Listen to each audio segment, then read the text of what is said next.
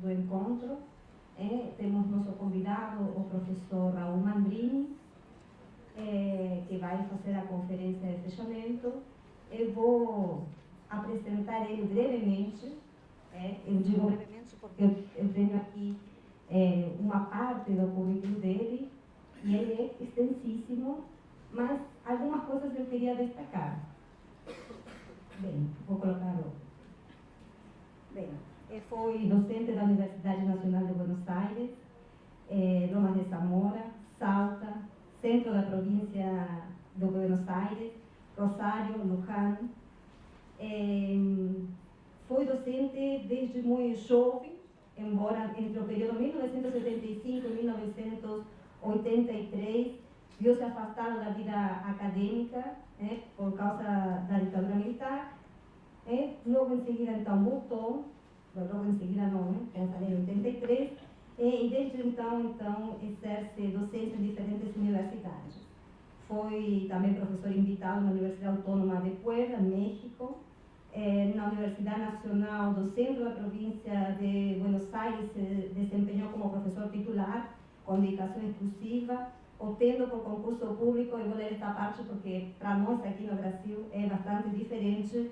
Por concurso público em 1985, por segunda vez em 1991, renovado por el Conselho Superior em 96 e renovado novamente por concurso público em 2004. Ou seja, as pessoas concursam muitas vezes para o mesmo cargo, ou seja, renovam através de um novo concurso. Ou seja, nunca a pessoa está totalmente segura de que está seguro. Renunciou por aposentadoria em abril de 2009 e deitou ademais como professor invitado e visitante seminários, cursos, especialidades de grado e de pós-grado em México, Uruguai, Chile e na Espanha. Hoje está aqui no Brasil. Que não estava no seu currículo. No, todavía no. Todavía, ainda não, como professor aqui. Então, vamos a deixar a palavra com ele. Eu não trouxe o nome da sua conferência para apresentar, mas acho que o senhor pode se apresentar en eso. Sí. Va. Sí. Gracias. No, de nada.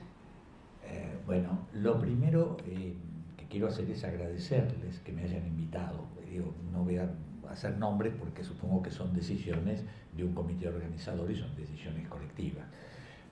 Porque me dio la oportunidad de estar en contacto directo mucho más prolongado y mucho más intenso con el medio académico brasileño en la disciplina en la que yo me encuentro. Y en parte porque creo que estos congresos, y aquí en ese sentido me voy con una imagen buena de algunas cosas, creo que la historiografía en los países latinoamericanos estuvo muy marcada por el peso de las cuestiones nacionalistas, y eso hizo que muchas veces el trabajo fuera un trabajo demasiado provinciano. Cada uno estaba concentrado en su historia nacional y no veíamos mucho más allá de eso. Y yo creo que eso nos empobrece como historiadores, nos empobrece como científicos sociales. Estoy contento porque encontré gente que está trabajando sobre la Argentina, sobre México, etc. Y eso me parece que es un síntoma muy bueno. Y no porque se queden trabajando siempre en Argentina o en México, sino además porque eso les va a dar elementos comparativos, herramientas metodológicas nuevas, para poder después volcarlas a temas que tienen que ver con la historia nacional. Nadie los excluye de allí. Entonces, me llevo una muy buena satisfacción, algún contacto que espero seguir manteniendo con jóvenes investigadores, que me parece que es lo más importante cuando se hacen estas actividades, ¿no es cierto? Promover justamente el interés de la gente más joven, es lo que asegura la continuidad de trabajo y de desarrollo. Así que gracias por todo y por supuesto a los organizadores, me han atendido muy bien, me voy totalmente malcriado y ahora cuando me inviten a otro lado y si no me atienden así, me voy a enojar. Realmente ha sido un motivo. Esta conferencia tiene que ver con el tema en el que yo trabajo desde hace más o menos 30 años, digamos, desde que presenté el primer avance de investigación. Y es un tema que todavía hoy, yo diría que no goza de la predilección de los historiadores. Hemos avanzado mucho en el respecto a cuando empecé yo a trabajar en la Argentina, que hacíamos esto con un enfoque más o menos histórico, éramos dos, ¿no? Es decir, y el otro era antropólogo, soy historiador, éramos uno y dos. Y cuando presenté el primer trabajo en un congreso de historia económica sobre economía indígena, mis conocidos, incluso que estaban en la organización, se me enojaron mucho porque no sabían qué hacer con esa ponencia, ¿dónde la ponían? ¿No? Es decir, les creé un problema organizativo. Bueno, respecto a eso hemos avanzado mucho, pero claro, es decir, cuando uno parte de cero, ¿no es cierto? Cualquier poco avance que haga es mucho. Pero hoy, por suerte, hemos avanzado. Hay varias tesis doctorales hechas sobre el tema, hay becarios que están trabajando, hay digamos, grupos de equipos de trabajo, se hacen mesas en los congresos. Queda mucho, pero el avance es importante. Y plantear la situación de este tema en la Argentina, del tema que tiene que ver con la sociedad indígena. En el caso este yo me voy a referir especialmente a lo que más conozco, pero también es una de las más discutidas o cuestionadas en cuanto a tema, que es las sociedades que ocuparon las llanuras o las planicies meridionales, ¿no es así? Ahí el mapa nos muestra lo que es estrictamente la Pampa y que se prolonga al sur del Río Negro hacia la meseta patagónica.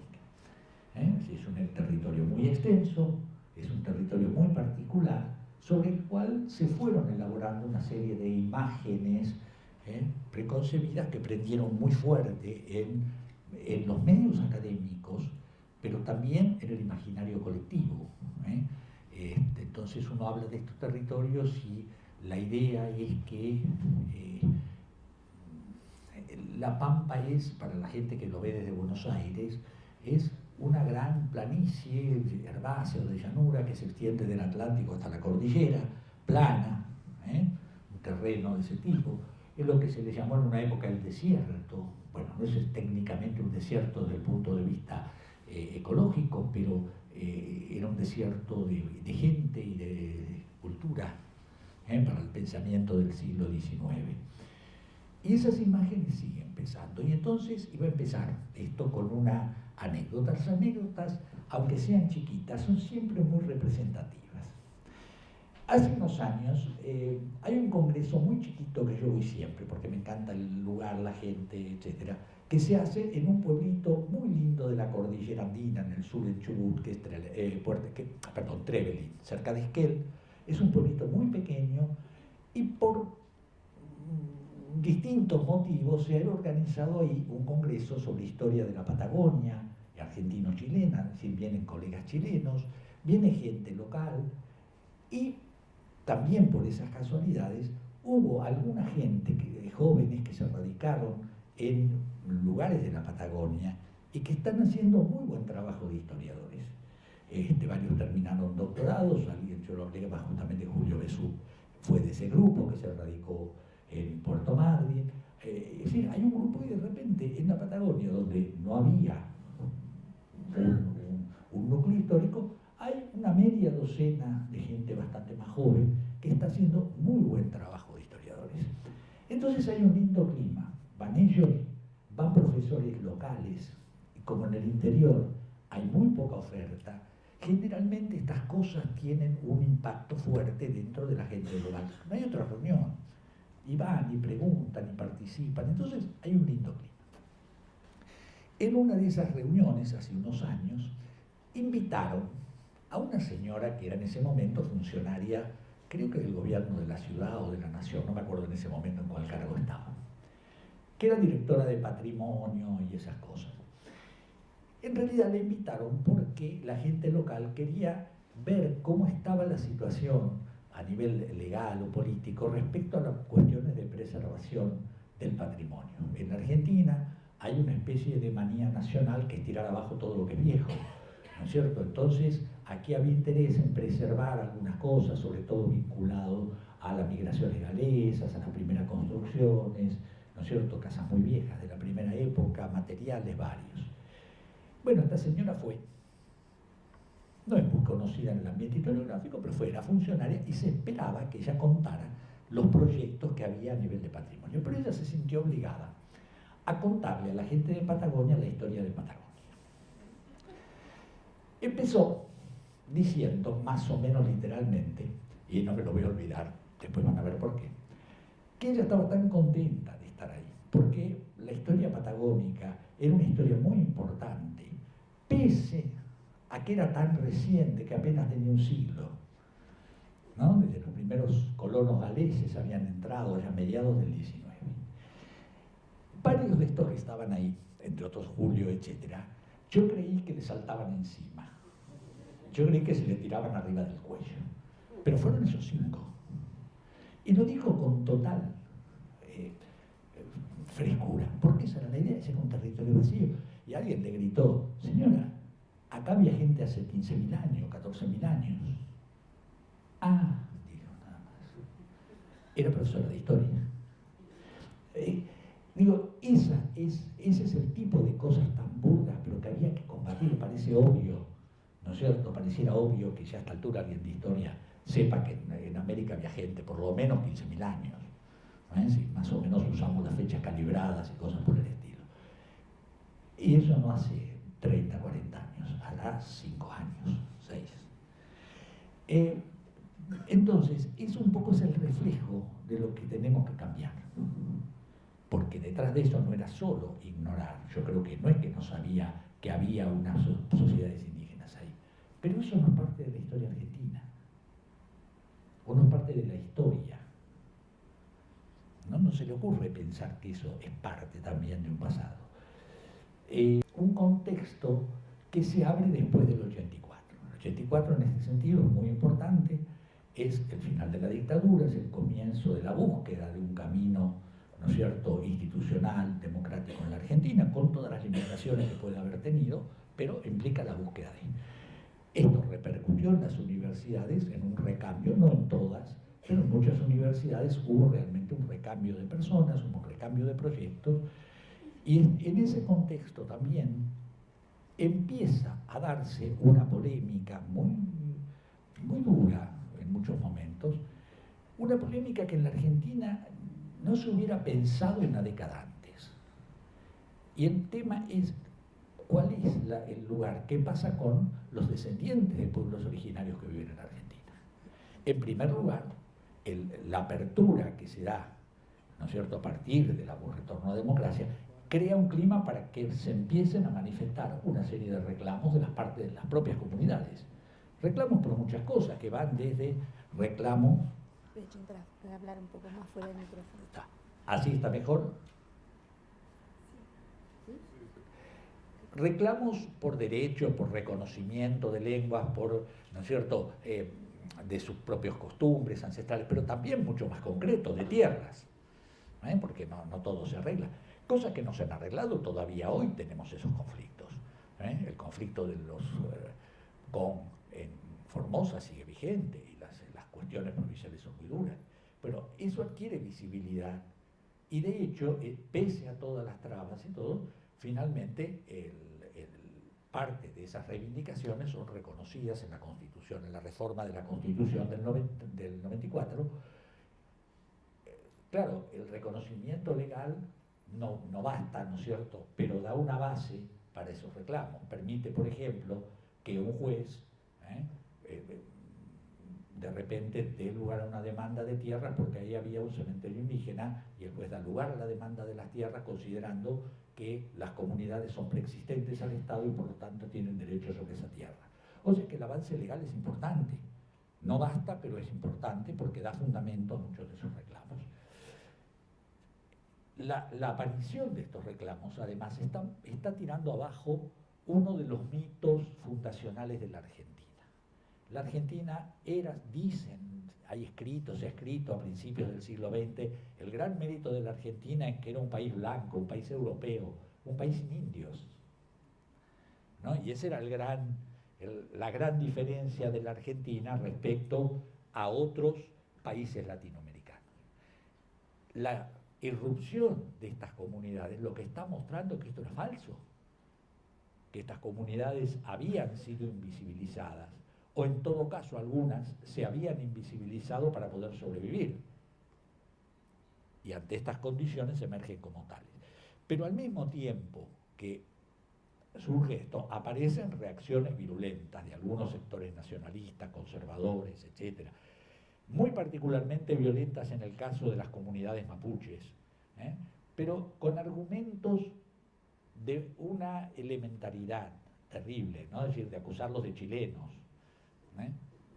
No veo por qué a mí entonces no me acusan de italianos, si mis bisabuelos eran italianos y llegaron incluso después que los antepasados de estos habían llegado al territorio, cuando la Argentina todavía no existía como Estado.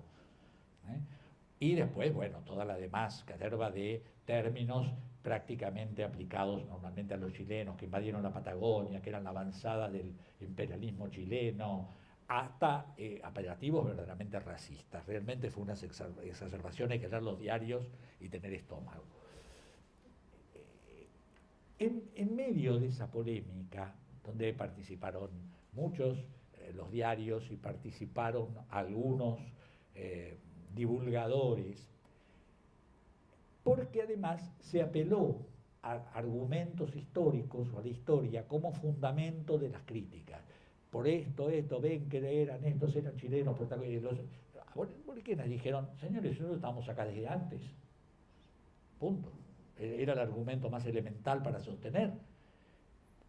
En medio de eso y de esa polémica en la cual se apela a la historia, en la que participan algunos historiadores vinculados a la academia, a la vieja académica, que sigue igual, pasan los años, pero sigue impertérrita, pero básicamente participan una serie de aficionados a la historia, de ensayistas de historia, algunos periodistas, ¿no es cierto?, aportando elementos, cuyo rasgo más llamativo es el desconocimiento de lo que se está haciendo y ha hecho en historia. Siguen repitiendo los argumentos de la vieja historiografía del siglo XIX, tanto para criticarla como para apoyarla. No sé si está claro, pero al criticarla, aceptándola, le están dando legitimidad. Cuando, por otro lado, la producción historiográfica está tirando abajo cada uno de esos argumentos, simplemente planteando hechos sobre la mesa, planteando documentos sobre la mesa, nada más que eso. Me parece que esa es una situación muy particular, y lo más particular es que los historiadores casi no participaron de ese debate, salvo algunos y sobre todo los más tradicionales. En general firmaron alguna declaración de apoyo a las comunidades, pero no participaron en el debate como debate en torno a lo que se estaba dando. Eso es llamativo, y eso es una de las cosas que nos atrajo a empezar a pensar esto.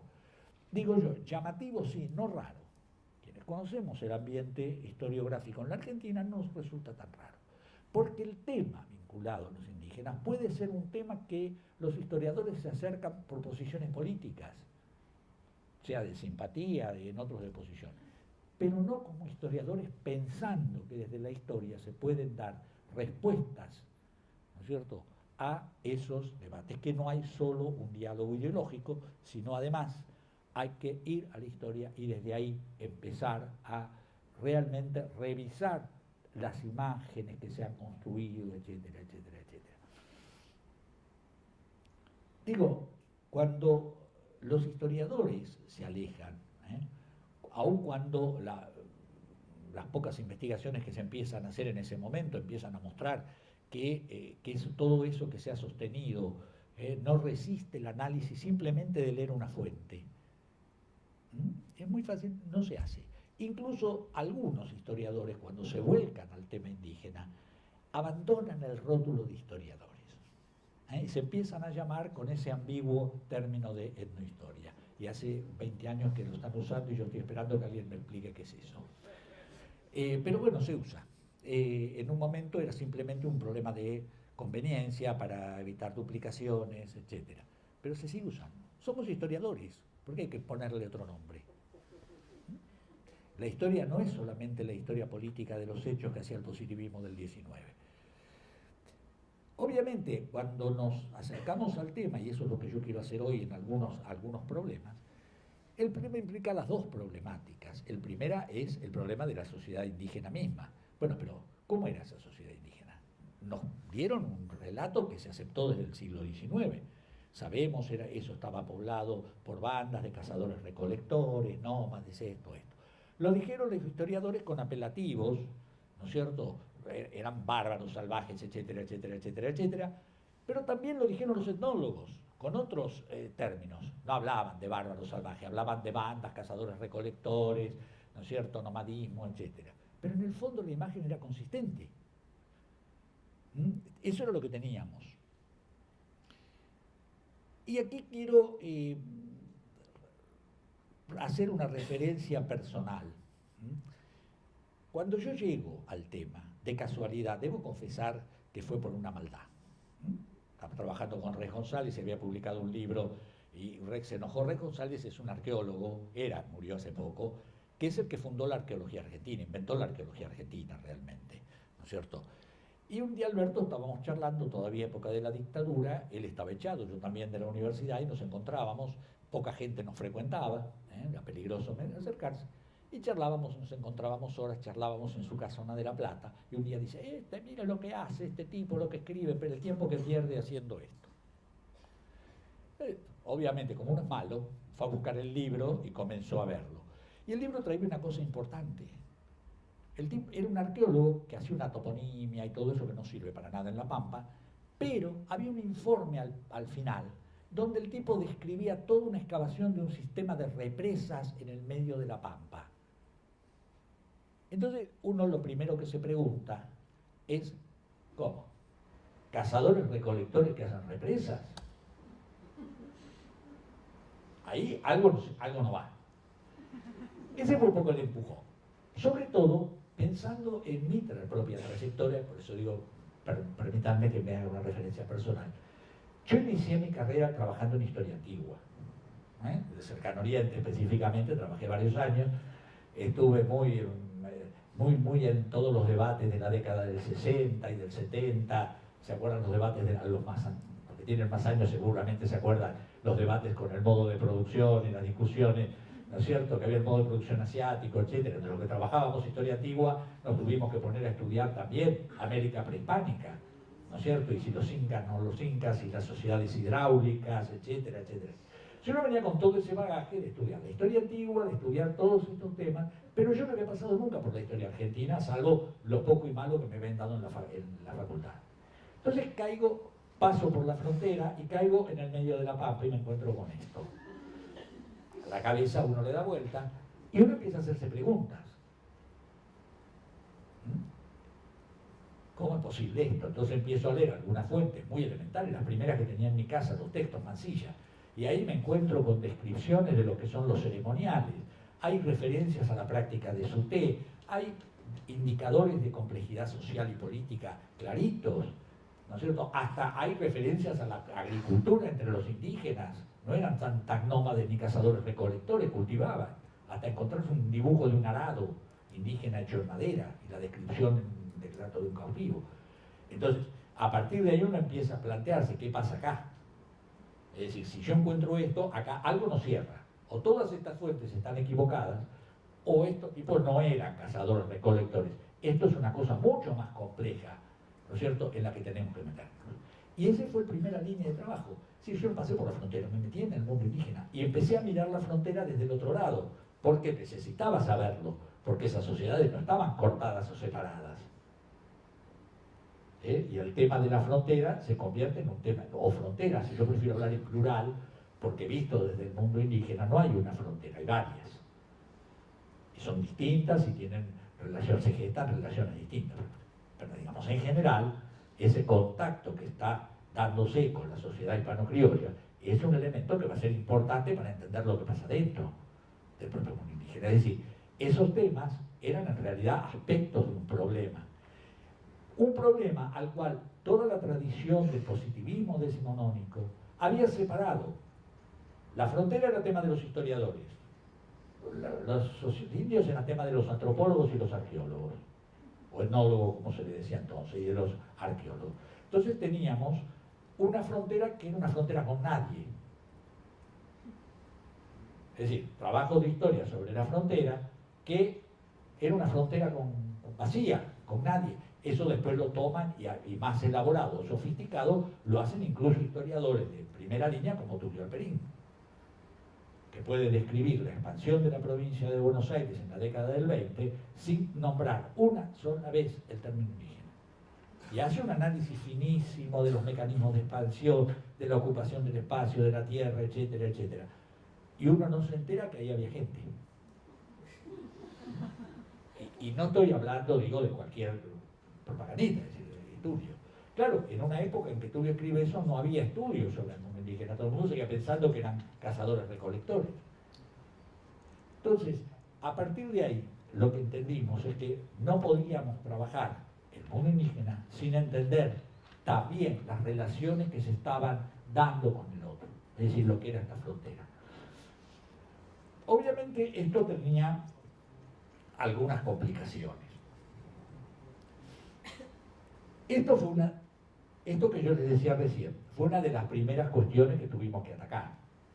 Es decir, tanto historiadores como por otro lado algunos antropólogos y arqueólogos que empezaron a acercarse a esta cuestión, lo primero que hubo que hacer es romper la división disciplinaria. Y no es fácil. No es fácil. Pero hay que hacerlo. Es decir, lo peor que podemos hacer en una disciplina es encasillarnos en una disciplina con límites fijos. Ese fue el primer tema, acercarnos a entender que no podemos trabajar sin ver lo que producen los antropólogos, como los antropólogos necesitan trabajar con lo que hacemos los historiadores. Eso hoy lo aceptamos todos como principio, pero son pocos los que lo hacen. Hay muy pocos proyectos de tipo conjunto. Ahora, cuando se hacen buenos proyectos conjuntos, los resultados son magníficos. Está claro, ¿no es cierto? Cuando se hace, y se hacen bien. Bueno, para los que saben, ustedes hacen Mar del Plata, el trabajo que ha hecho Diana en la zona de la provincia, que hemos trabajado juntos sobre sociedades, por distintas vías nos logramos coordinar y empezar a armar realmente una visión de un mundo que tanto por la arqueología como por la documentación histórica podíamos ir reconstituyendo, o trabajos que se han hecho en la zona cordillerana, de Neuquén, los trabajos sobre el Currilebú. Entonces, se han hecho, pero todavía encontramos trabajos de historiadores que no conocen o no se han tomado el trabajo de mirar lo que hacen los arqueólogos. Y viceversa, un trabajo de arqueólogos o de etnógrafos que no se han tomado el trabajo de mirar qué están haciendo los historiadores. Borrar esas barreras es difícil, pero es uno de los puntos clave. Si no borramos esas barreras disciplinarias en función de centralizar la cuestión, no en si esto es de historia o no de historia, el problema es cuál es el planteo que queremos hacer, cuál es el problema que ponemos como fin de nuestra investigación. No sé si está claro esto, pero digo, es eso, ¿cuál es la pregunta que nos estamos haciendo? Si yo quiero redefinir la base material de estas sociedades, porque no me cierra que cazadores recolectores tengan una estructura política y social de tal nivel de complejidad, tengo que reducir dos cosas. O está mal la caracterización tradicional de esa economía, o está mal la descripción de la fuente del otro, pero no son incongruentes, no pueden ser incongruentes.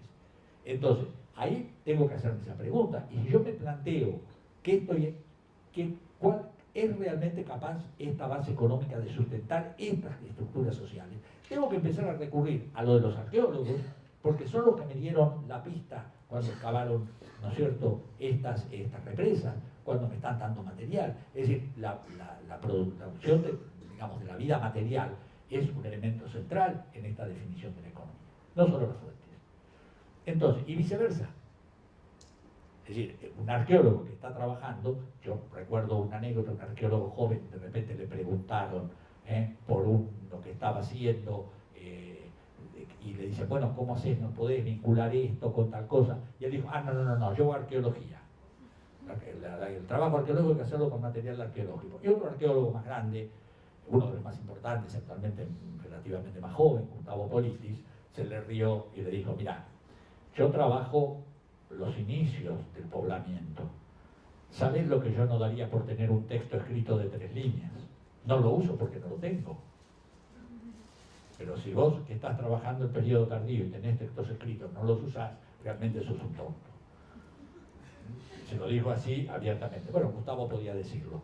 Pero está claro con lo que quiero decirles con esto. Es decir, no podemos encerrarnos en las disciplinas y mirar solo para adentro. Bueno, ese fue uno de los problemas. Eso implicó varias cosas. En primer lugar, implicó para nosotros mismos tener claro qué historia queríamos hacer, qué tipo de historia. No hay un solo tipo de historia. Toda la ciencia ha cambiado. Pregúntenle a los físicos todo lo que pasó desde la física newtoniana hasta hoy. Es decir, toda disciplina tiene su propia historia, y esa historia no es simplemente encontrar biografías de algunos historiadores. Esa historia tiene que ver con replantearse de qué modo vamos a historiar, cuáles son nuestros supuestos, cuáles son nuestras metodologías, cuál es nuestra concepción de las realidades sociales que van a ser nuestro objeto de estudio. Yo acepté, partí, y además porque fui influenciado desde muy chico por la definición que hace Hobsbawm de la historia social. Es decir, la historia es historia social, la historia es historia de sociedades, no de hechos, ¿no es cierto?, no de individuos. Y la historia es historia total. Esos dos elementos eran claves, porque a partir de ahí negábamos también esta idea de la prehistoria. No hay prehistoria, hay simplemente historia. Esto no era nuevo, no era original, esto ya lo habían dicho en la escuela de Nals. Lucien Febvre dice, ¿qué diferencia hay entre estudiar la expansión del ferrocarril en el siglo XIX y estudiar la expansión de las cerámicas cordadas en el segundo o tercer milenio? Como proceso, ¿qué diferencia hay? Tenemos diferentes materiales, es cierto, pero como procesos no son distintos. Y esto, por eso digo que no es original, pero en Argentina era original decir esto, que nosotros lo habíamos mamado cuando estudiábamos. Es decir, estos autores los habíamos leído con Romero en Historia Social, en la primera lectura que teníamos. Y ahí nos marcó realmente, estoy hablando del comienzo de los 60, o sea, hace bastante tiempo. Pero esa definición nos permitía esto. Primero, tratar de, y eso nos facilitaba acercarnos a los antropólogos, que también manejan una concepción, ¿no es cierto?, totalizadora o globalizadora de lo social. ¿Cuál es la diferencia con los antropólogos? El cambio. Para nosotros esas realidades no son nunca realidades estáticas. Esas son esencialmente cambios, es tiempo. Y a veces la antropología tiene una tradición muy fuerte de ahistoricidad, y ha usado esa tradición incluso en los temas estos. Por ejemplo, un caso bastante claro, hay una obra clásica del mundo americano indígena prehispánico, que es el Handbook of South American Indians, que dirigió Stewart en la década del 40. El artículo para Pampa es tan malo que no vale la pena leerlo, lo hizo Canal Frau, no sirve para nada. Pero el artículo realmente no sirve para nada, en serio. Es un artículo que ni siquiera es criticable. En cambio, el artículo sobre los araucanos, todavía lo siguen llamando araucanos, de Chile, es decir, de transcordilleranos, lo hace un antropólogo conocido estadounidense que es John Cooper. ¿Cómo encara el tema Cooper? Hace un exhaustivo relevamiento de fuentes escritas y entonces construye una imagen del mundo mapuche araucano, pero mezcla en esa imagen, mezcla fuentes del siglo XVI, del XVII, del XVIII, del XIX. Es decir, la percepción es que esa realidad social no cambió a lo largo de esos siglos. Entonces puedo usar cualquier fuente porque toda la realidad que describen es la misma. Ahora, cuando uno empieza a desagregar esas fuentes, se da cuenta que no es lo mismo la sociedad mapuche en el XVI, en el XVII, en el XVIII, en el XIX. Digo, esa es la diferencia que ahora sí, varias corrientes de la antropología están considerando. No hay la antropología clásica, pero hay un peso muy fuerte de la antropología a acentuar, ¿no es cierto?, un tipo de visión estática de esas sociedades, ¿no es cierto?, que es lo que nosotros como historiadores podemos aportar. La historia es básicamente tiempo y proceso, es cambio. Y eso es fundamental. Entonces, si conciliamos las dos cosas, vamos a poder empezar a trabajar una imagen al mismo tiempo muy compleja, que al mismo tiempo nos permite desentrañar las conexiones internas de esa sociedad, la articulación de las distintas instancias, pero viéndolas al mismo tiempo como parte de un proceso que se va manejando en tiempos diferentes, pero de sociedades que se están transformando. Este es el desafío de lo que tenemos que hacer. ¿Que es fácil? No. Yo, soy sincero, empecé, les decía yo, hace 30 años a trabajar con esto. Recién ahora puedo decir con cierta certeza que estoy entendiendo algunas cosas de ese mundo indígena. No los quiero desanimar. Pero, claro, pero es que uno tiene que empezar a repensar eso. Cómo maneja esas articulaciones, cómo coordina los tiempos de cambio. Las instancias de la realidad social no cambian al mismo tiempo. Y esto tampoco es una originalidad. Lo vio Brodel hace mucho tiempo y escribió un artículo específicamente sobre los tiempos de la historia, ¿verdad? Sobre la larga duración, la corta duración, etc. Ahora, eso es muy lindo decirlo en el artículo. El problema es cómo combinamos la investigación concreta del problema a esto. Y si encima tenemos que articularle lo que está pasando en la frontera y además de lo que está pasando en la frontera, qué está pasando en la sociedad que está del otro lado de la frontera, que también está incidiendo en esto. Es obvio que el tema tiene una complejidad, pero eso es lo que lo hace atractivo.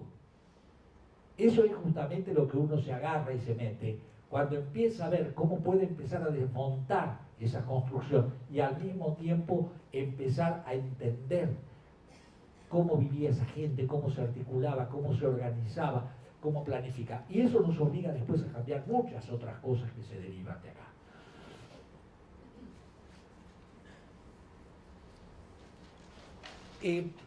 Yo ahí les puse el mapa ese para mostrar una cosa. Una de las primeras, otra idea que va paralela a esto, fue esta idea del desierto, que cuajó. Si ustedes miran el mapa, lo que yo estoy marcando ahí es una serie de nichos ecológicos diferentes, geoecológicos.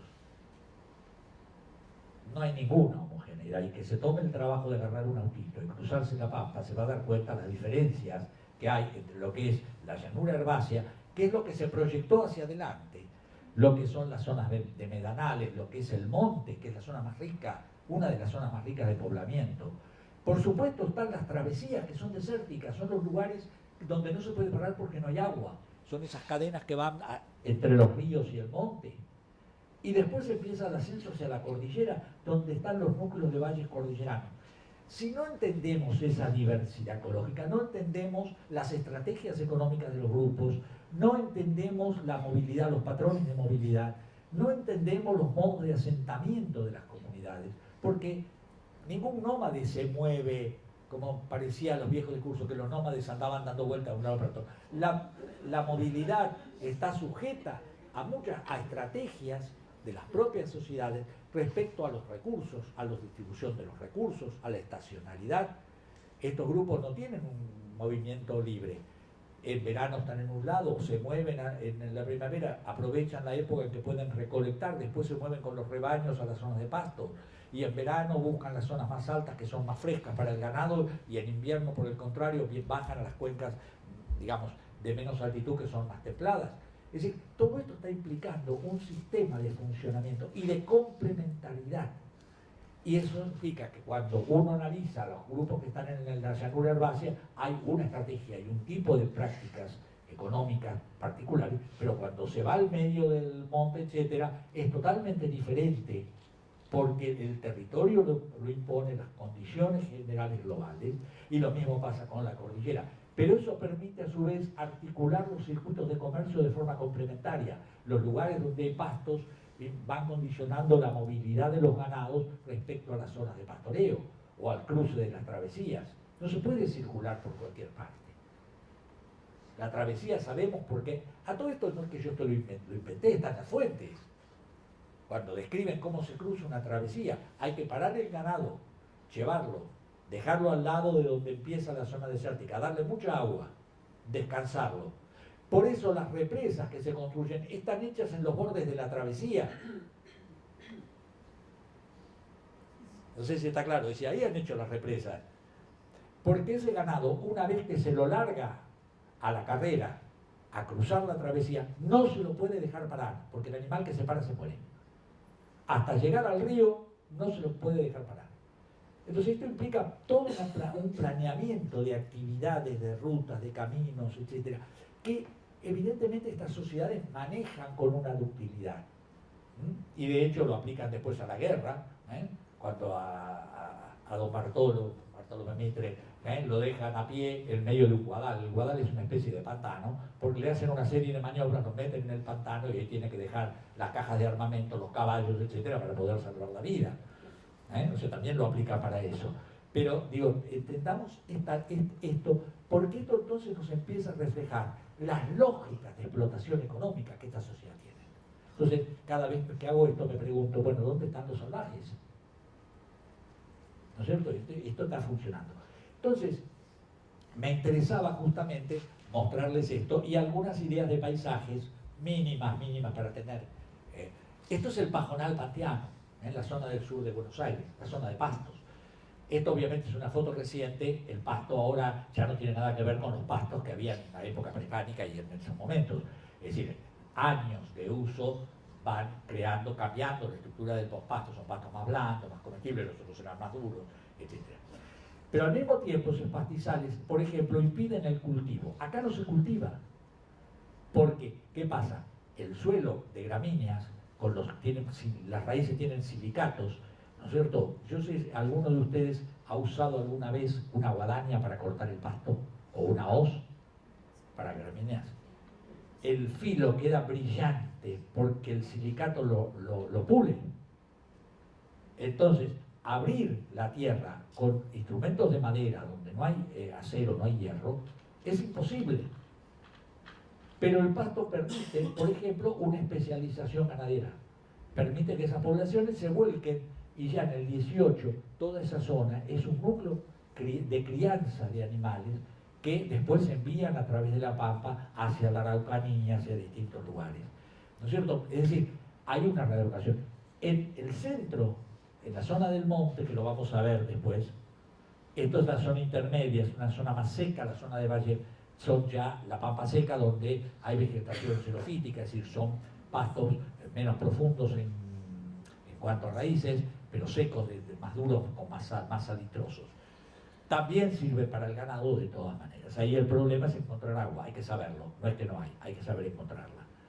Pero después está el monte, que hoy ya está muy raleado, porque ese monte se hizo después de la conquista, prácticamente se taló, porque con esas maderas, que son maderas muy duras, se hicieron durmientes para la expansión del ferrocarril, que casi no quedó monte, con un problema que el monte alto permite que crezcan pastos debajo, que sean de poca altura, etcétera, pero crece pasto. Cuando se tala el monte, sobre todo el caldén, la madera de caldén, lo que crece es un caldencito chico, que es lo que llaman el fachinal en la zona, muy bajo, que lo que hace es eliminar la posibilidad de pastos y entonces favorecer procesos de desertificación. En el monte se podía pastar animales debajo de los árboles, pero se aprovechaba el árbol para madera, las vainas se aprovechan como elementos comestibles para el ganado y para la gente, ¿cierto? Entonces ahí es otro núcleo de concentración. Y ahí sí es posible hacer agricultura, porque los suelos, la capa de humus es mucho más débil, pero los pastos no tienen la cantidad de silicatos, y entonces los arados de madera que conocemos, que existían, podían usarse para cultivar. Entonces, ¿qué pasa? En vez de una especialización pastoril, que además genera otra necesidad, si yo me especializo en un área de la economía, necesito garantizar abastecimiento de otros productos, que no produzco.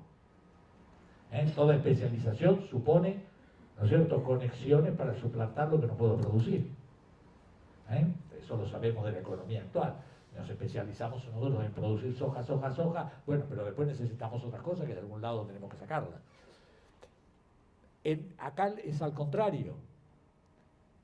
La posibilidad del terreno es diversificar al máximo la economía para atenuar efectos. Entonces, al mismo tiempo, en torno a la toldería, se crían pequeños rebaños de ganado. No hay pastizal para tener enormes rebaños, se crían para consumo.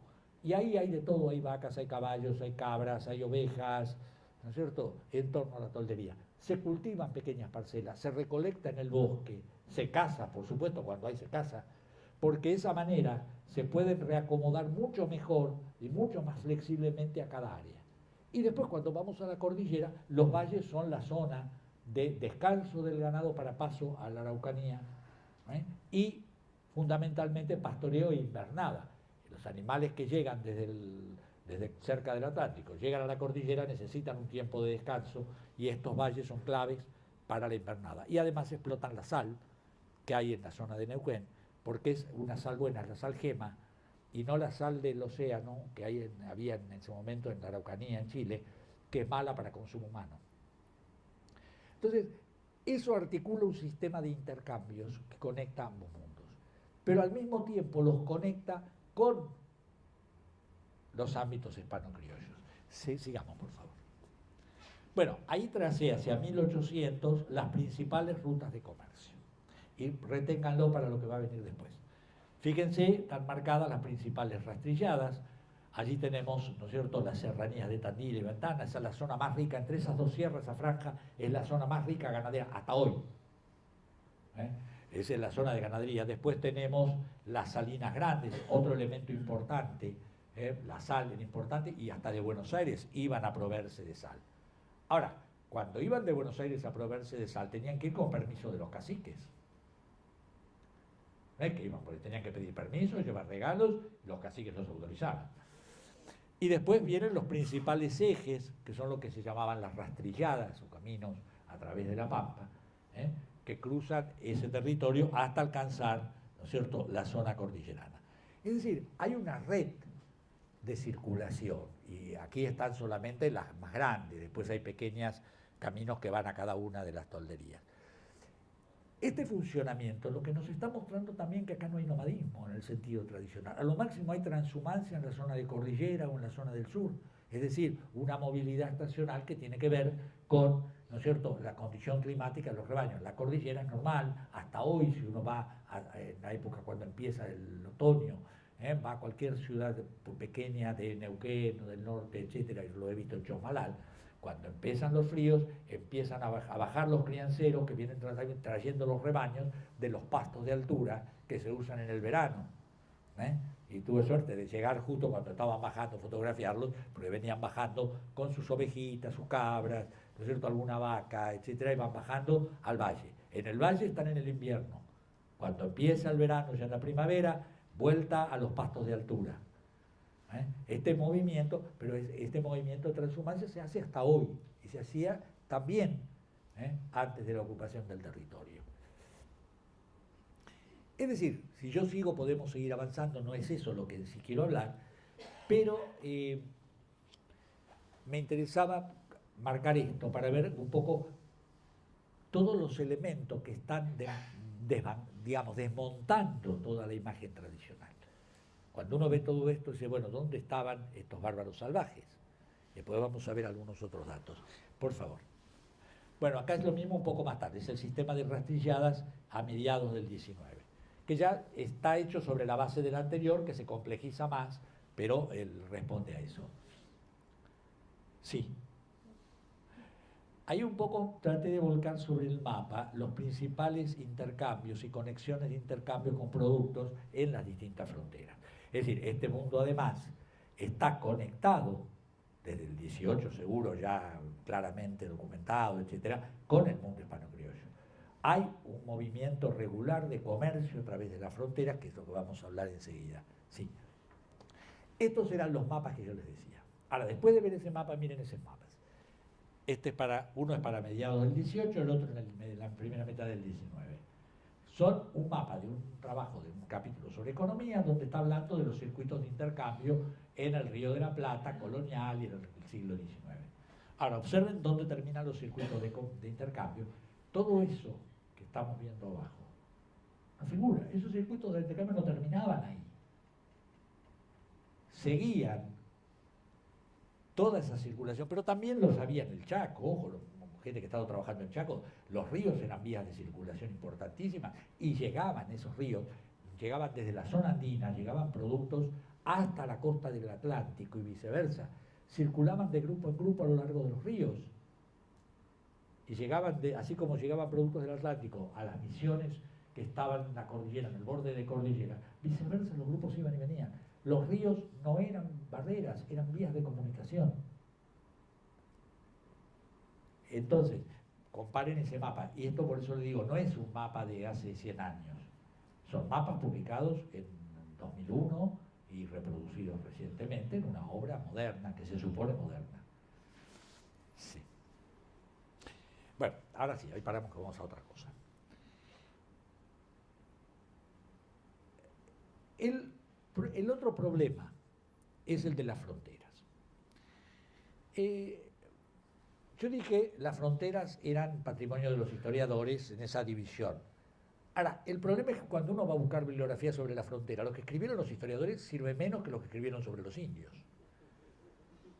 No sé si está claro. En realidad no hacen historia de la frontera. Describen, hacen un discurso ideológico sobre la frontera que tiene que ver con esa tradición, ¿no es cierto?, historiográfica que viene del siglo XIX. En realidad son cuestiones que involucran a este espacio, me voy a referir yo a este espacio pampeano, pero lo mismo podríamos decir muy parecido al Chaco y a otras fronteras en América, no crean que es excluyente ni propio. Y aquí sí hay que diferenciar lo que son los límites o fronteras internacionales de estas que reciben el nombre de fronteras interiores.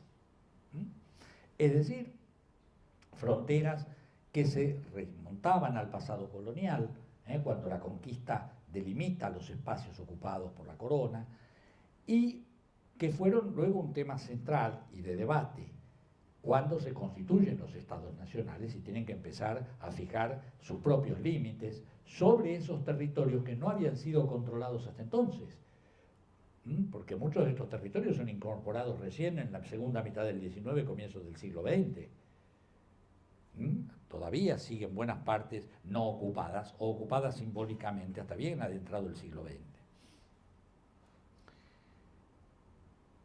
La historiografía argentina, como casi todas las historiografías latinoamericanas hasta donde yo conozco, se crean o surgen como historiografías. No quiero decir que no haya historiadores antes y que no haya producción histórica, pero digo como una historiografía con un cuerpo metodológico, etcétera, nace asociada a la nación. En realidad es la creación del Estado y las necesidades del Estado lo que genera la producción de una historiografía. En la Argentina se crea un Estado para una nación que no existe. Entonces, creado el Estado, hay que crear la nación.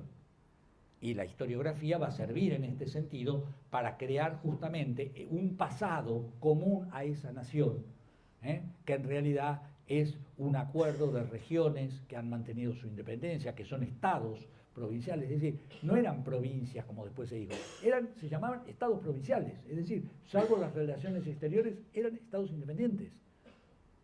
Entonces, ¿cómo crear una historia para mostrar que en realidad la nación surge a lo largo de la época colonial, adquiere visibilidad con la revolución? Y luego las guerras que siguen son simplemente guerras civiles para decidir el sistema político y no conflictos de poder interregionales donde las élites de cada de las regiones tratan de consolidar. En el caso de la Argentina, sin tener ninguna de ellas suficiente fuerza como para imponer un proyecto político hasta después hasta mediados del siglo XIX, pero suficiente como para impedirlo. No sé si está claro esto, ¿no? Es decir, no se lo puede imponer, pero sí se puede impedir que el otro lo imponga. Ese proceso hay que convertirlo en simples luchas, digamos, civiles, en un proceso donde la nación se está construyendo, pero la nación existe. Hace falta crear las figuras modélicas. Bartolomé Mitre, las dos obras claves de Bartolomé Mitre se llaman La historia de Belgrano y la independencia argentina, y la historia de San Martín y la emancipación americana. Es decir, asociar a una figura modélica indiscutible lo que son los procesos de emergencia de la nación. Y aquí la influencia del romanticismo es muy clara. La influencia del héroe, del prócer, es clarísima en este caso. Entonces, ¿qué pasa? Una de las tareas de esta historiografía es justificar, entre otras cosas, justificar el otro proyecto, que es el de expansión de la frontera. El Estado Nacional, en el sentido del Estado Nacional del siglo XIX, no puede no tener un territorio bien definido. El territorio es un componente básico de ese Estado. Es el espacio sobre el cual ese Estado ejerce su soberanía. Pero de repente el Estado tiene una cantidad de territorios sobre los cuales no ejerce soberanía, ni siquiera tiene muchos derechos sobre eso. Y de ahí los conflictos limítrofes que se generan entre países latinoamericanos, en los cuales los derechos de cada uno son siempre relativos. ¿sí? Pero hay que hacerlo, y entonces son los historiadores o son esa historiografía o ciertos intelectuales que sin ser historiadores se vuelcan a la historia, los que van a tener la función de legitimar esa expansión, es decir, darle a esa empresa destinada a incorporar los territorios no controlados, a establecer la soberanía de la nación allí, una justificación de tipo ideológico. Y esa es la gran cosa, por ejemplo, que va a hacer Ceballos. Stanislao Ceballos es un personaje muy particular, muy joven, se recibe de abogado, empieza a adherir al proyecto de Roca, es decir, la expansión, todos estaban de acuerdo en que los territorios debían incorporarse al Estado, nadie cuestionaba eso. El tema era cómo. Bueno, si había que hacerlo rápido, si había que hacerlo gradual, si la población indígena debía ser expulsada del territorio o debía tratar de asimilársela vía sistemas de reducciones o de emisiones. Es decir, pero nadie decía, no hay que dejarlo. Estamos en claro con eso, ¿no sé si? Es decir, había proyectos. Ceballos adhiere y escribe una magnífica obra, ¿no es cierto?, sobre la historia en realidad de la frontera. Se llama La conquista de las 15.000 leguas. Y es una historia para mostrar cómo los proyectos de intentos de conciliación, de pacificación, etcétera, habían fracasado. Y cómo en última instancia habían resultado mucho más costosos que una empresa militar rápida que acabe con el problema de una sola vez. Porque además, ese escrito, hermoso, vamos, troco así, está hecho para convencer a los diputados que tenían que votar los fondos para la campaña de Roca.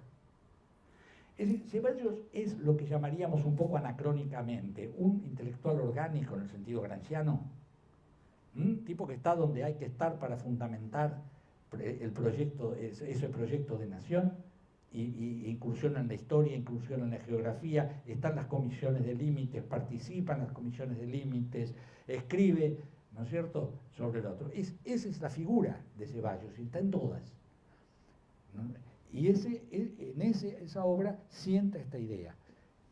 Pero además, la otra idea que es, no se puede decir la conquista es solo una incorporación de tierras. Y hace lo mismo que hacen los políticos ingleses respecto a África. Apelar a la civilización. La empresa es una empresa civilizadora. Es la antinomia muy, muy cara del siglo XIX entre barbarie y civilización, que está en el aire. Pero para civilizar hay que tener un salvaje. Y lo que está haciendo Ceballos en la obra es creando el salvaje. Es decir, recopilando. No es que muchas de estas cosas no existieran de antes, pero es el que le da forma a esto. Y entonces crea esta idea de una pampa feraz, pero no trabajada por estos bárbaros, que son unos pocos, que sin embargo, pese a ser pocos, impiden el avance del progreso, que roban en las fronteras y destruyen bienes y vidas de los pobladores, y que rechazan incorporarse a la civilización. Entonces la campaña no solo es para conquistar tierras, sino para tratar de incorporar a la civilización, cosa que no están dispuestos a hacer, ¿no es cierto?, y al mismo tiempo es crear ese salvaje. Fíjense que esta es la perspectiva que después dura hasta los 80, y tiene su momento culminante en el año 79, cuando se cumple el centenario de la conquista del desierto, como se le llama la campaña de Roca, en plena dictadura militar. Ustedes se imaginan lo que fue la exaltación de la empresa roquista, y si alguno tiene estómago para leerlo y le interesa la cosa argentina, búsquense los volúmenes que publicó la Facultad de Filosofía y Letras, los que publicó la Academia de la Historia, sobre lo que se dice ahí y quiénes lo dicen. Si alguno nuevo de los nombres de historiadores que participan allí cantando loas a la empresa militar, que había hecho el ejército argentino, etcétera, etcétera, etcétera. Lo que tal vez es más difícil de explicar no es porque Ceballos escribe eso. Ceballos lo escribe porque es lo que tiene que escribir en su acción política. Lo difícil es entender que eso subsista durante un siglo, cuando es insostenible en otros aspectos. El mismo Ceballos viaja después 2 años y recorre el territorio. Y es otro Ceballos. Cuando se deja de hacer el panfleto que tiene que convencer, es el tipo que va a hacer una descripción etnográfica. Y es una fuente excelente. Ahora, los mismos que lo citan a Ceballos no lo usaron. no usaron ese Ceballos, retuvieron el otro Ceballos, el Ceballos del discurso. El que habla de los arados no es el Ceballos del discurso, el que habla de los arados es el que viaja, los ve y los describe, y los dibuja en su cuaderno de viaje inclusive. Entonces, digo, el tema de la frontera tiene que ver con eso, y permítanme una digresión en esto. Esa idea de la frontera es muy común en la época, está muy metida en el siglo XIX, pero hasta en niveles. Una anécdota que no sé si es importante. Todos han oído hablar, supongo, de Rudyard Kipling, escritor, poeta, novelista, etc. Kipling escribió en 1906 un librito para chicos, ¿no? Pequeñas historias para chicos. Una de esas cuenta la vida de un legionario romano, se refiere a la época de la dominación romana en Gran Bretaña, que está en el norte, en la frontera con el norte del imperio, donde está la muralla, y ahí está sobre la muralla romana, etcétera, etcétera, que debe ser el muro, supongo que el muro de Adriano, por algunas referencias, y que mira, ¿no es cierto?, desde la muralla, las hogueras de los campamentos de los pictos, la población local, catalogadas siempre como salvajes, bárbaros, aguerridos, etcétera, etcétera. Esa es la imagen que hay de la frontera en el siglo XIX. Una barrera que protege frente al peligro que está afuera. Es el Rin o el Danubio romano con sus fortalezas, sus legiones, todos sus fosos. Tienen esa visión, está. Pasa, por favor. Pasa un poquito rápido, te digo, después de esto volveremos. Estos son mapas de avance de la frontera, pero me interesa otra cosa. Después, acaso volvemos. Acá. Ese es el dibujo que acompaña al libro. Esa es la idea. La frontera es la muralla, la separación, el límite. Frontera es límite. Es el límite que separa la civilización antigua de los bárbaros que después van a acabar con esa civilización antigua. Eso hoy ya ni siquiera lo sostienen los romanistas, esa idea de la frontera romana no se sostiene ni para Roma, pero en ese momento era esa imagen. Y esa es la imagen que se toma acá, y que también es la imagen que se da en Pampa, el proyecto de Alsina de la Zanja, las líneas de fortines, las guarniciones de milicias en los fortines. Claro que una visión degradada, ¿no es cierto? Las pobres milicias que estaban en la Pampa no tenían mucho que ver con las legiones romanas, ni los fortines de Ramas y Barro que estaban en la línea de frontera, mucho que ver con las defensas romanas. Pero la idea en el fondo es eso, es esa defensa, esa línea, frente a la amenaza, al peligro del que está afuera, del bárbaro que está afuera. Y esto, lógicamente, marca toda la producción historiográfica sobre la frontera. La frontera es una frontera de guerra y, por lo tanto, los libros, la lucha contra el indio, la guerra contra el indio, etc. La frontera es una historia de guerra permanente, frente a ese peligro al cual finalmente se le va a poner fin con la campaña de Roca. Es Roca el que lo empieza, otros los que lo complementan, y la historiografía que lo adopta. Entonces todos los trabajos son siempre trabajos vinculados a los fortines, a las defensas, ¿no es cierto?, a las empresas militares, a las campañas. Es una historia exclusivamente militar de la frontera. Ahora bien,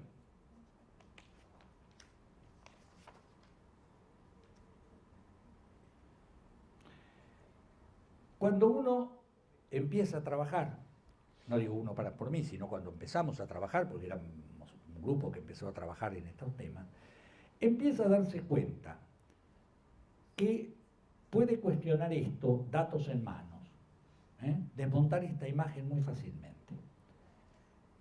Los documentos muestran que a lo largo del siglo XVIII y XIX la sociedad indígena había sido una presencia muy permanente, muy constante y muy significativa en la sociedad hispano-criolla de la época. La cantidad de documentación de archivos que hay sobre las cuestiones de frontera, de indígenas, etc., es enorme. Claro, no son los archivos para la época colonial que hay para México, para Perú. Obviamente eran las perlas del imperio, el Río de la Plata no lo era, ¿no es cierto? No se molestaba mucho, pero de todas maneras lo hay. Pero no solo era importante porque controlaba una parte importante del territorio, esos mapas que yo mostraba, que son fáciles de conseguir, etc. Lo que nos están mostrando es cuando uno piensa en la Argentina antes del siglo, fines del XIX, la Argentina es un pedacito, es el noroeste, es ese corredor que une con la franja del litoral, y ahí se terminó la Argentina. Y aún muchas áreas de esa zona fueron incorporadas tardíamente. El noroeste argentino no se termina de ocupar hasta mediados del siglo XVII, después de las guerras calchaquíes. En el XVII el Valle Calchaquí sigue siendo territorio indígena, La Puna sigue siendo territorio indígena, y si ustedes ven las ciudades que se fundan, que son capitales hoy, están todas en la parte más baja, no están en el Valle Alto, en la montaña, están en el llano, van rodeando la zona de montaña, porque no pueden penetrar los españoles ahí. Es decir, el mapa es muy engañoso y a veces es muy difícil dibujarlo. Uno tendría que dibujar el mapa con punteados y graduaciones. ¿Dónde están los núcleos de población, las zonas semipobladas, menos pobladas? Y lo que uno vería que es una cadena de pequeños núcleos que se van expandiendo de a poquito a partir de cierto núcleo en un valle, etcétera, etcétera, y que solo con el tiempo se van uniendo en caminos que marcan algún tipo de asentamiento. El resto del territorio va a ser muy lenta la ocupación. Entonces la Argentina del siglo XIX no es la Argentina de ahora, es el noroeste, el de la franja intermedia, pero la Pampa, la provincia de Buenos Aires en 300 años de historia se avanzó hasta el borde de la provincia, y después de mucho tiempo, en la del siglo XIX, es decir, el avance fue muy lento, y así como la conquista fue relativamente rápido, en cronología, cuando el Estado tuvo toda la disponibilidad de recursos para emprender una empresa en regla. Organizado el Estado, terminada la guerra del Paraguay, con un ejército regular, con una tecnología de guerra avanzada, puede encarar recién, ¿no es cierto?, casi a fines del siglo XIX, una conquista que no termina con la campaña de Roca.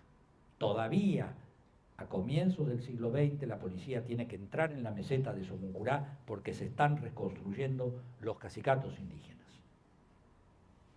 Y la ocupación del Chaco termina después de 1911. O sea, son procesos largos, no es una campaña y se acabó, como planteó la historiografía. Terminaba la campaña, esto está integrado. No, la campaña sigue, los conflictos siguen, y hay grupos que siguen viviendo prácticamente autónomos, porque en Patagonia lo que se controla es la costa y algunos valles de grandes ríos. La meseta de Soncurán no han entrado siquiera. La meseta es una meseta árida y difícil. Sin embargo, los grupos indígenas logran ubicarse allí y sobrevivir en esa meseta. Y a lo largo de todo el año, las actas del Cabildo están mostrando delegaciones de caciques pampas que vienen a ofrecer guerreros al Cabildo para hacer frente si hay una nueva invasión inglesa. Es muy divertido leerlo porque las cifras que ponen de hombres eran enormes. El tipo viene y dice, ofrece, qué sé yo, 2.000 guerreros armados para otros. No son posibles esas, por lo que sabemos, pero sí esos caciques podían armar algunos centenares de lanceros. Por supuesto, el Cabildo se asusta más de los indígenas cerca que de los ingleses, ¿no es cierto? Y los manda a vigilar las costas, etc. Pero los tipos vienen, se presentan al Cabildo y dicen, venimos a ofrecer los hombres. Tengo tantos guerreros aquí cerca, cuando ustedes quieran, están a disposición del Cabildo. Ese mismo año, Luis de la Cruz había cruzado el territorio indígena, saliendo de Concepción, en Chile, cruza los Andes, atraviesa el norte neuquino, cruza toda la Pampa Central, pasa por los cacicatos Raqueles, que no eran los más proclives a Buenos Aires. No llega a Buenos Aires porque están los ingleses y entonces se da vuelta y se va hacia Córdoba a entrevistar al virrey. Cruzó la Pampa sin problemas con unos cuantos caciques amigos. 2 años antes lo había hecho otro viajero también, Justo Molina, había hecho más o menos la misma trayectoria, buscando el camino terrestre para evitar la vuelta por el Cabo de Hornos, sobre todo por el temor a los ataques ingleses, que hubo algunos intentos, entonces preferían hacer el camino por tierra. Pero esto no era nuevo.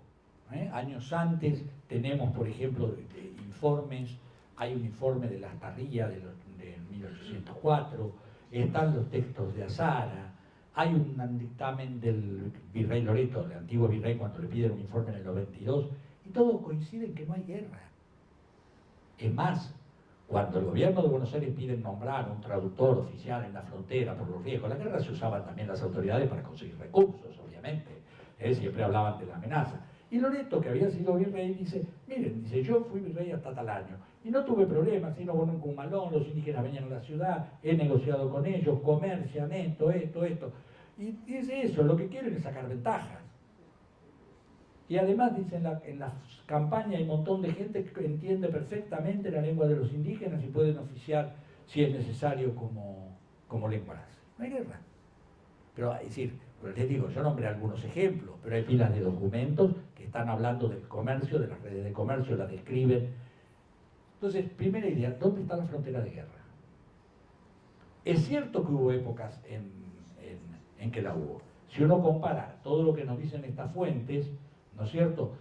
Los reproches de los comandantes, del virrey y un gobernador a los comandantes de los fortines para que no dejen pasar tantas partidas de indios, porque se están juntando tantos en Buenos Aires que son un peligro. Entonces los reta y se cumplan las disposiciones, espere que salga una partida para que entre la otra.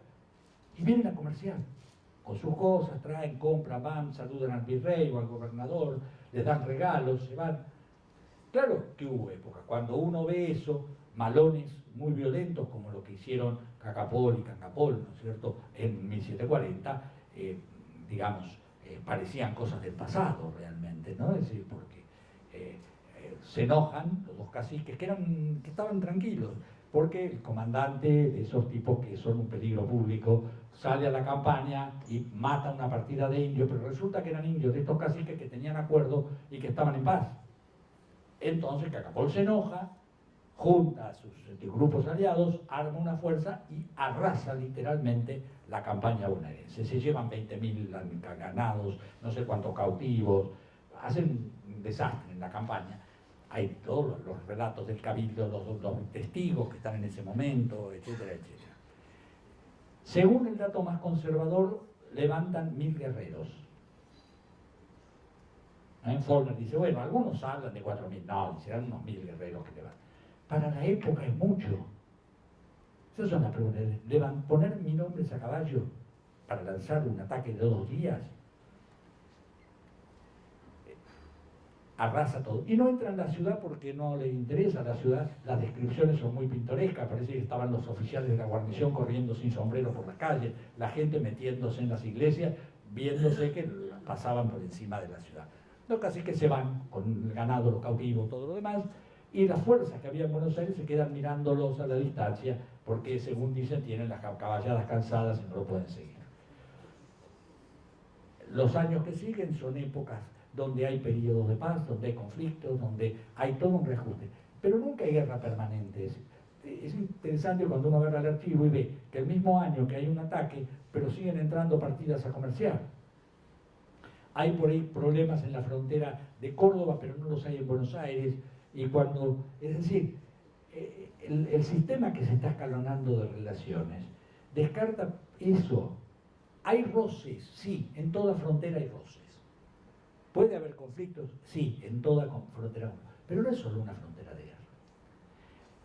Y esto en el 19 más o menos sí, igual. Hay décadas muy violentas, la del 20, la del 50 y parte del 60, pero hay otros periodos donde la frontera está tranquila. Por ahí hay problemas en Córdoba, pero no hay problemas en Buenos Aires, o viceversa. Entonces, uno empieza a cuestionar esto, y lo que en realidad empieza a cuestionar, y ahí viene lo que sirve todo esto, es, bueno, pero ¿qué estamos definiendo como frontera? Es decir, hasta ahora se había pensado siempre frontera igual límite. De repente nos damos cuenta que la frontera no es un límite, que la sociedad hispano-criolla y la indígena no constituían mundos aislados, que el arco ese arco convencional de la línea de frontera era más un modo de reconocer los territorios sobre que cada sociedad ejercía cierto control, que una verdadera separación.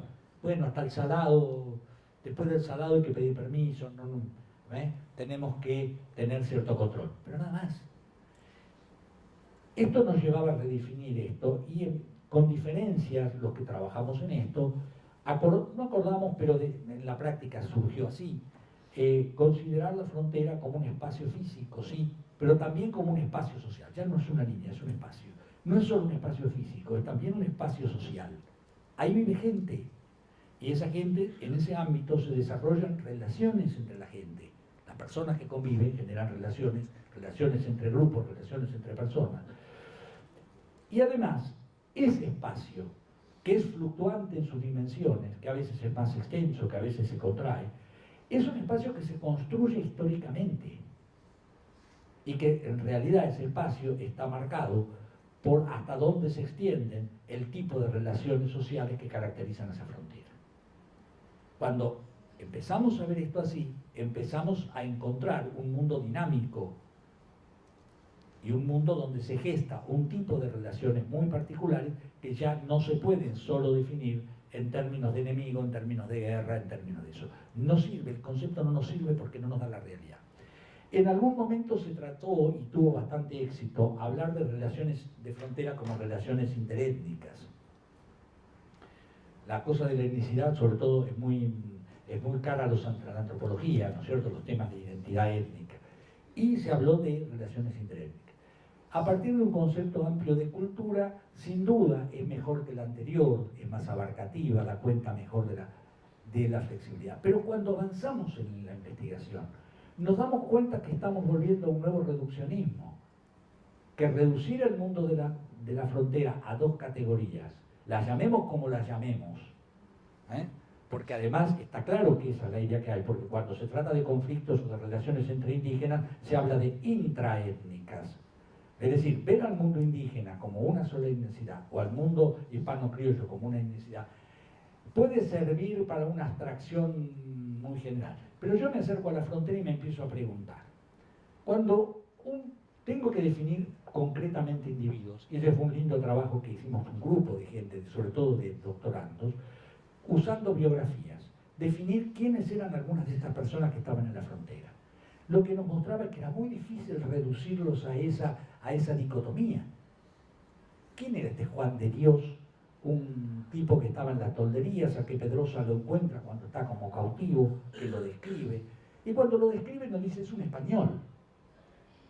Tiene 25 años más o menos, pelos rubios, ojos celestes, está casado con una indígena. Como por su aspecto físico puede disimularse en la frontera, entonces hace de espía del cacique, dirige los malones y con suma crueldad, además para los blancos, ¿sí? Y los indios lo aprecian por eso. Entonces, ¿qué es este hombre? ¿Cómo lo definimos? En términos concretos. A menos que hagamos una división racial, no hay forma de escribirlo. Vive como indio, se mueve, se comporta, pero es español. O un montero que viene de Chile, oficial del ejército, viviendo con sus hombres en la pampa persiguiendo a los pincheiras, y donde Boyer, que lo conoce en Chile, dice, en realidad este grupo son iguales, es imposible diferenciarlos de los indígenas. La única diferencia es que estos usan las tercerolas, es decir, armas de fuego, y los indígenas no. Pero dice, se casaron con mujeres, hablan la lengua, visten igual, se comportan igual, y los indios los aprecian y los estiman, son parte de ellos. Entonces, cuando uno empieza a ver casos de vidas, casos más concretos, se encuentra que la frontera es un mundo mucho más complicado, ¿no es cierto? Y que estas cosas, los mismos indígenas tienen noción de ellos. Hay una carta de un cacique Antonio, la última etapa, que le dirige a los galeses del Chubut y les dice, nosotros sabemos que ustedes no son iguales que los de Buenos Aires o los de Carmen de Patagones, pero tampoco de los chilenos, pero nosotros tampoco somos iguales que los que vienen los mapuches, no les llama mapuche, que los, digamos, serranos que están allá, o de los de la Patagonia que están atrás. Es decir, si los mismos actores tenían idea de que no se podía encasillar esa realidad en dos grandes categorías, ¿no es cierto? ¿Por qué lo hacemos nosotros? Entonces, ¿qué pasa? Y aquí viene el núcleo del asunto. Nadie se puso a definir cuál es el carácter de esas relaciones sociales en este mundo indígena y mundo de la frontera. Que es un mundo donde no hay regulaciones jurídicas. La frontera. Lo que pesan son las relaciones personales y las obligaciones que crean estas relaciones personales. Es un mundo que se estructura sobre redes. Por eso la biografía no fue útil, porque la biografía nos permitía ver concretamente cómo cada individuo estaba inmerso en diferentes redes. Y esas redes y compromisos definían obligaciones, derechos, papeles, roles, lugares que cada uno ocupaba. Lo era así en el mundo indígena. Salvo el parentesco, que es el otro eje articulador, la relación que hay con el resto de la gente que vive en las tolderías, los cautivos o cautivas, que son muchos, o los agregados, todos estos que se incorporan a un grupo sin ser miembros del grupo, que sirven en el texto de Mansilla hay un montón de ejemplos de estos agregados, y uno los compara, y lo mismo que pasa en todas las sociedades, ¿no es cierto?, arcaicas, pasa en el mundo griego homérico, pasa en la Roma primitiva, salvo el parentesco, ¿no es cierto?, las relaciones que unen, sea estos señores de la época micénica, sea, no es de Micena, en realidad es de la época oscura, ¿no es cierto?, posterior, o estas, se basa fuera del parentesco en estas obligaciones, tanto en las articulaciones horizontales, es decir, las relaciones entre señores, y hay artículos de Finlay que son extraordinarios sobre el mundo homérico para ver cómo funcionan estas relaciones, como las relaciones verticales, es decir, la relación de estos señores eoicos con sus dependientes, que no son familia, básicamente esclavos, y esos otros que son libres, que no son esclavos, pero que son dependientes. En Roma serían los clientes. Entonces, estas relaciones de clientela, cuando la aplicamos a Pampa, nos resulta tan parecido los cautivos con respecto al esclavo homérico o a la clientela romana, estos agregados, con obligaciones, con derechos, donde el dueño puede regular. Pero como no hay regulaciones jurídicas, pasan cosas como una historia que cuenta, que figura en Homero, cuando Telémaco va buscando a su hijo, ¿no es cierto?, a su padre, perdón, a Ulises, no lo encuentra, llega a Esparta, y ahí se está celebrando la boda de dos hijos de Menelao. Una hija y un hijo que es nacido, dice, de una esclava, es decir, un hijo ilegítimo. La ceremonia de matrimonio es la misma para los dos. ¿Por qué? Porque el padre lo decidió. En la Grecia clásica eso hubiera sido impensable, porque la condición del hijo ilegítimo, del noto, está perfectamente regulada por la ley. En el mundo homérico no. El padre lo quiere y se hace. Entonces, esas relaciones funcionan en el mundo indígena, pero también, y además se complementan con todo un sistema de acuerdos, regalos, sistema de circulación de regalos, de ceremoniales, etcétera, etcétera, que son los que regulan estos elementos. El regalo es un elemento importantísimo para establecer estas relaciones. Pero del otro lado de la frontera pasa lo mismo. Uno dice, bueno, fulano que era el juez de paz, que era esto, que era el otro. Pero su autoridad no salía del cargo que tenía. En realidad le daban el cargo porque tenía poder. Y el poder lo tenía a partir de las redes que manejaba, ¿no es cierto?, y de las relaciones que había creado en ese lugar de la frontera. Sí.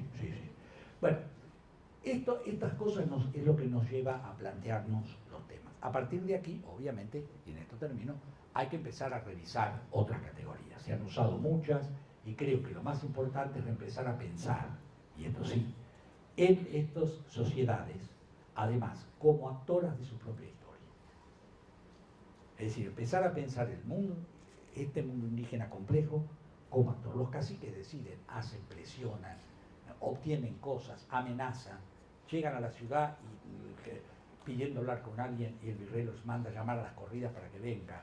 El otro lo amenaza si no hacen cosas, ¿no? Es decir, seguir pensando que el mundo indígena es un resultado de la manipulación de los funcionarios de frontera, de las autoridades, no. En todo caso se manipulan mutuamente o se aprovechan mutuamente. Pero digo, démosle a veces muy ingenuamente, muchos historiadores, es decir, claro, condenan a los funcionarios de frontera, son malos, porque manipulan a los indígenas. Los indígenas no eran tontos, tenían capacidad de actuación y tomaban decisiones y definían políticas. Si había paz en la provincia de Buenos Aires era cuando, está bien, el virreinato quería, los virreyes querían, pero porque a los indios también les interesaba. Si no les interesaba a los indios, no había paz. Entonces, recuperar el carácter activo, no caer en el engaño de categorías que no han sido comprobadas a partir de la investigación. En caso del middle ground, que lo han aplicado a todos lados y que en muchos casos no tiene sentido, pero no solo acá, en Estados Unidos, y el mismo White dice, ojo, yo lo creé para una situación, no lo apliquen a todo. Claro, algunos no leyeron ese artículo. Bueno, lo que queda es mucho, lo que creo haberles transmitido por lo menos es en qué estamos en este cuestionamiento. Por supuesto, queda mucho por hacer, que sin trabajo no nos vamos a quedar, tenemos todavía para mucho tiempo. Lo único que les pido, y en esto sí, estos temas son complicados, y sobre todo los que son más jóvenes. y nos ponen permanentemente en una situación que a veces quienes trabajamos tenemos que hacer ciertos equilibrios. Yo no creo, y lo he escrito y lo he publicado, en la neutralidad del investigador apelando a la ciencia. Me parece que es una hipocresía. Yo creo que uno, como persona que vive en una sociedad, tiene compromisos con esa sociedad, sea historiador o sea lo que sea. Entonces, desde esa perspectiva, yo creo que uno tiene un compromiso y tiene que asumirlo. Estamos en un lado y hay que asumirlo. He escuchado a muchos que decían, no, yo sobre esto no me meto porque yo soy científico. Y no, bueno, no creo en esas cosas. Generalmente esos están más comprometidos que nadie, pero no lo dicen. Pero tampoco hay que confundir compromiso o juicios de valor con investigación. Como ciudadanos tenemos la obligación de participar y de tomar posiciones, pero como historiadores tenemos también la otra obligación, que es la de conocer, la de dar explicaciones de los fenómenos que estudiamos. Y los juicios de valor no explican, aunque sean correctos y los compartamos. A mí me preguntan siempre, claro, porque la campaña del desierto es Roca y Roca es malo, Roca. No, la campaña del desierto no se explica porque Roca sea malo. Y no es porque diga que Roca es bueno, no tengo ninguna simpatía. Para explicarla, yo puedo explicar la campaña del desierto cuando empiezo a entender todos los proyectos políticos que hay detrás, el proyecto de nación, cómo se está definiendo una situación política. El juicio de valor no basta para explicar. Tengamos en cuenta eso. Puede ser muy lindo el discurso encendido, puede ser y está bien que uno lo haga, pero a la hora de ser historiador tiene que explicar, porque eso es lo que nos va a permitir adquirir conocimientos que nos van a permitir operar sobre la realidad. Con el simple discurso no operamos. Pero conocer es una herramienta. Hay que reivindicar algo que se ha perdido últimamente. El conocimiento también es una herramienta para combatir. Pero para eso hay que tener conocimiento. Entonces, creo que hay que conocer este mundo indígena. Me alegra mucho que acá, incluso estuve hablando con jóvenes que están trabajando estos temas y espero seguir en contacto. Pero cuando hay mucha gente joven me gusta, pero también es transmitirle esto, sobre todo los que pasamos por varias épocas y épocas donde había compromiso político y donde teníamos, y por eso nos echaron. Yo jamás me he quejado porque me hayan echado. Bueno, me echaron, era lógico, cuando me echaron, no. Es decir, agradezco solo que nada más que me echaron y no terminé en otro lado, pero digo, uno asumió compromisos y los tiene que asumir como tal y hacerse responsable de eso, y está bien, pero también hay que aportar conocimiento, porque el conocimiento es una forma de cambio. Y es una forma, por ejemplo, de desmistificar estos relatos y todas estas versiones que estamos viendo. Entonces, creo que eso es lo que en última instancia importa, que nos queda, más allá de que estudien los indios de La Pampa, los indios de otro lado, los sectores obreros, el racismo, etcétera, etcétera. Por un lado, está bien condenarlos cuando corresponda, pero al mismo tiempo tenemos que dar cuenta y entender y explicar esos fenómenos. Esa es nuestra obligación, no como ciudadanos, pero sí como historiadores, si queremos ser historiadores. Nada más, y gracias por todo, sobre todo las atenciones que han tenido.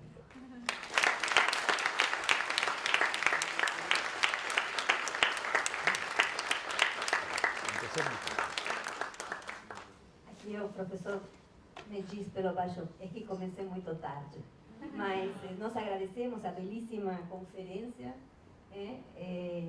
Eu acho que tem alguns que fazem história da América contemporânea que já estão pensando em fazer do mundo indígena. Aquelas estatísticas que apresentou hoje a Maria Helena vão mudar daqui a pouco, vamos ter mais pessoas fazendo colonial e indígena daqui para frente. Agradecemos ao professor e eu deixo a palavra com a Juliana Beatriz, que vai dar as coordenadas de que continua depois disso.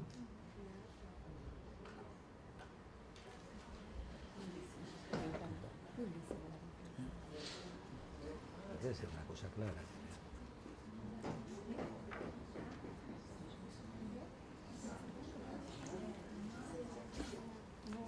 Traté de que fuera clara. Bom, eu queria agradecer muitíssimo a conferência do professor Raul Mandrini.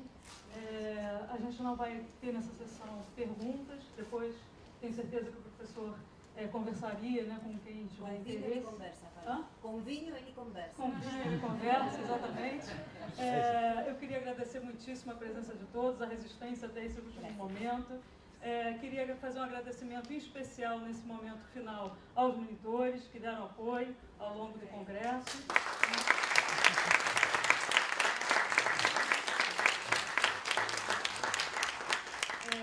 caso específico, né, que não sou aqui da UF, a toda a recepção da universidade, a todo o apoio que a universidade deu a esse encontro. Então, em meu nome pessoal, em nome da Cecília e de toda a comissão organizadora, queria agradecer a todos que participaram, que ajudaram que esse encontro pudesse acontecer. Muito obrigada a todos.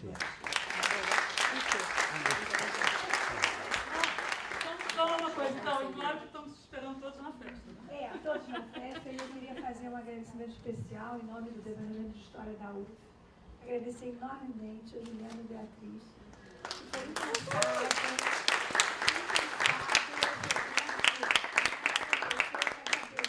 Foi essa organização e essa competência. A Cecília, que eu acho que não está mais aqui. Está jogando o problema ali fora. Guerreira, ela está há 1 ano, eu não falei isso antes. Há 1 ano ou mais lutando, batalhando enormemente para esse evento acontecer, indo em todos os lugares para dar certo e como deu certo. Né? Yo tengo 3, 4 copias de cada cosa en distintos lados. Outras pessoas que entraram nesse caminho, especialmente Larissa, que passou a ajudar enormemente, e a Tatiana. Está lá fora também resolvendo o problema. Pois é, então eu queria dar umas flores para a Juliana, para a Larissa. Otro juego de cosas en mi casa, no me decía.